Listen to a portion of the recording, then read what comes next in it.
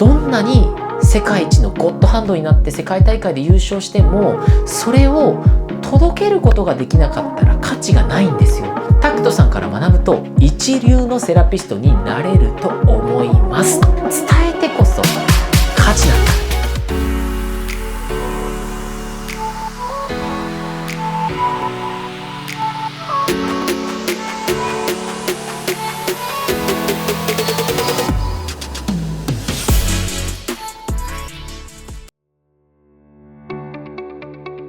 本日はプログラム9ですね。プログラム9はマーケティングをやっていきます。マーケティング講座ですね。マーケティングってじゃあそもそも何なのっていうところはありますよね。マーケティングでね、皆さん絶対聞いたことはあるとは思うんですけど、詳しくじゃあマーケティングって何なんですかって言われた時に、マーケティングか、マーケット、市場かなとか市場調査とかってね、いろいろあると思うんですけど、そのね、シンプルに簡単にお伝えすると、マーケティングとはこちらです。売れ続ける仕組み作りになります。売れ続ける仕組みなんですよ。これがね、やっぱりね、マーケティングです。つまり売れる仕組みを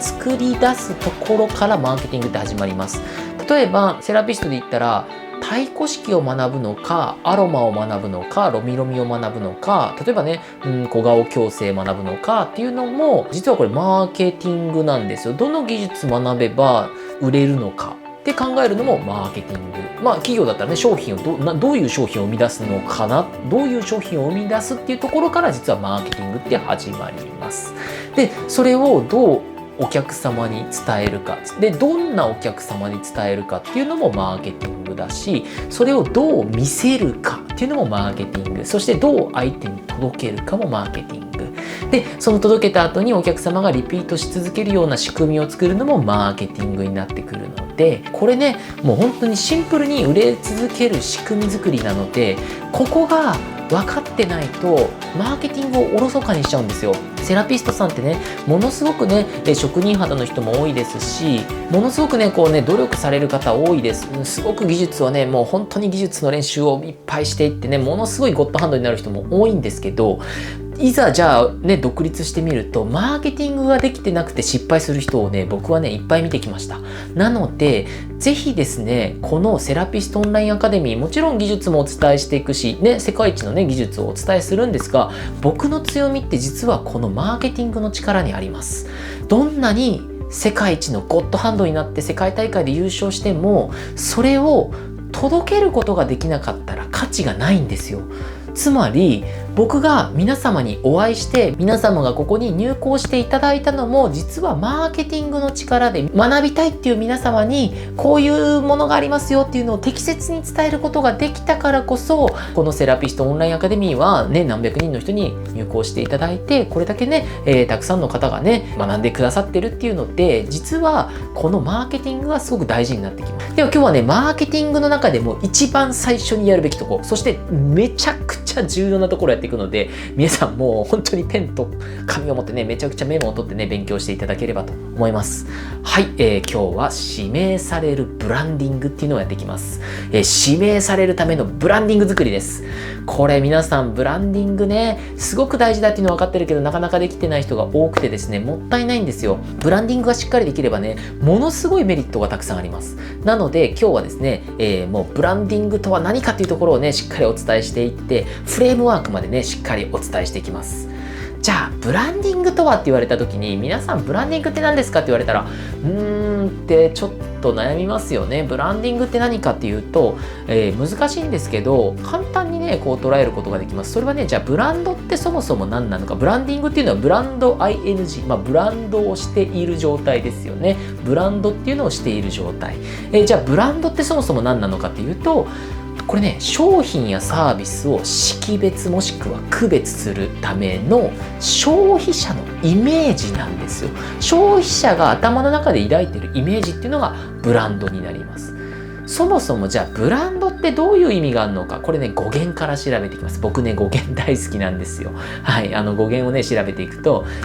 もともとは焼き印をつけることっていうところにね由来しております。北欧のね言葉ですね、ブランダーという言葉があって、その北欧のこのブランダーっていう言葉からその焼き印をつけて、家畜にねこう焼き印をつけてたんですよ。昔ね、家畜にお牛さんとかお馬さんとかにねジューってやって、この牛はうちの牛ですよとか、うちの牛ですよっていうのをねやってたんですよね。そうすることによって、この牛はこの人のものだとか、他の牛と違うんだってこう識別とか区別するためにこう焼き印を入れてました。こんな感じですよね。ジューって痛そう熱そう、これ大丈夫、虐待みたいになっちゃうかもしれないですけど、昔のね風習でね、この牛牧場で取れた牛ですよね、ジューってやってました。これがもともとブランディングの始まりです。つまり識別とか区別をするっていうのがブランドです。他と違うよっていうのをね示すのがこのブランドです。じゃあまた戻ってきます。ブランディングとはということで、ブランディングはじゃあどういうものかと言いますと、こちらですね、ブランディングね、ブランドに ING が入ってブランドしている状態ですよね。これはどういうことかというと、まずですね、セラピストが提案したい独自の価値、僕ってこういう価値があるんだよっていうのをねこう提案したいんだよね、こう見せたいんだよねっていうところがあって、でこれね、お客様の心の中で抱くイメージ、セラピストはこういう風な独自な価値があるよっていうのを見てもらいたい。そして、お客様は頭の中でこのセラピストさんこういう人なんだってこうイメージありますよね。例えばこの人はアロマセラピストなんだとか、この人は整体師さんなんだとか、太鼓式なんだとかね、いろいろねあると思うんですけど、お客様が頭の中で抱くイメージとセラピストが提案したい独自の価値を一致させる活動のことをブランディングと言います。セラピスト、僕がこういう風に見られたいよ、こういう風に見られたいんだよっていう提案したいね価値と、お客様がこの人はこうだと思いますっていうね頭の中で抱くイメージ、心の中で抱くイメージをうまく一致させるんですよ。この活動のことをブランディングと言います。そうすると自分が提案したい独自の価値とお客様が思うイメージがその独自な価値だったら、これブランディング大成功です。つまり消費者の頭の中にあるイメージなんですよ、ブランドって。もっと分かりやすく言うと、これ僕に例えてみましょうか。僕に例えてみますと、ブランディングじゃ僕に例えます。そうするとどうなるかというと、僕はお客様に提案したい価値っていうのは、世界一のセラピストですよ、僕世界一なんですよね。そして愛がありますよね、愛を持った講座をしますし、愛を持ったおもてなし、やっていきますよ。そして私は技術ももちろん知識や経験も豊富です。いろんなこと学んでます。いろんなことができますと。そして、セラピストとしてもちろんね世界一にもなったし、いろんな知識経験あるんですけど、今僕がやってるのって講師なんですよ。教える技術がありますよと、皆様に分かりやすく教えるためにいろんな工夫してますよっていうのを、知ってもらいたい。そしてやっぱりね、もうね世界を癒すっていうを伝えてるぐらい大きい成功マインドありますよ。もう大胆にいろんなことをやってきます。世界にも行きますし、いろんなところ行きます。挑戦もします。もちろん失敗もしますけど、大きいことを目指して頑張ってますよっていうのを皆さんに思ってもらいたいんですよ、僕は。だから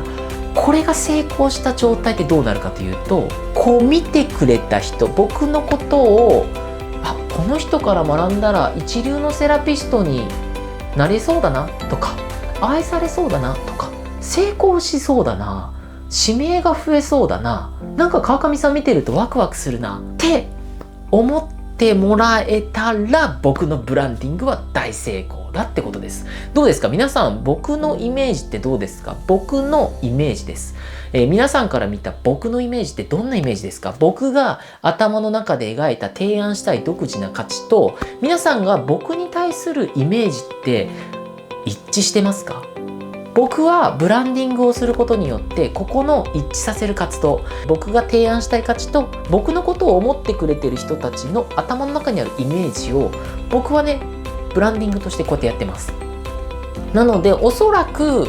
ね、こういう風にこの人から学んだりチューンセラピストになれそうだなとか、愛のある人だなとか、見ててワクワクするなって思ってもらってると思うんですよ。僕のブランディングが成功してればね。思ってなかったらごめんなさい、僕ブランディング大失敗です。まずいですよね。でもね、結構ここにね入稿してくださってる皆様だとか、YouTube 見てくださってる人はそう思って動画を見てくださってると思うんですね。これがブランディングなんですよ。これができるとね、めちゃくちゃいいんですよね。そしてそれができると思うと、ブランディングが成功したってなるとどうなるかと思うと、こんな感じになります。タクトさんから学ぶと一流のセラピストになれると思いますって、思ってくれたら、これで僕のブランディング大成功です。はい、つまり相手がそう思ってそう言ってくれたりだとか、ここで学んでよかったですとか、川上さん見てるとワクワクしますとか、川上さんって愛がありますよねとか、世界一すごいですねってこうね思ってもらって、そういうふうにここで学ぶと一流になれると思いますってこうやって言ってくれたら、僕のブランディングは大成功だっていうことです。はい、だからこそこうね思ってもらえるっていうのはすごく嬉しいことなんですよ。僕がブランディングをしっかりやってったからね。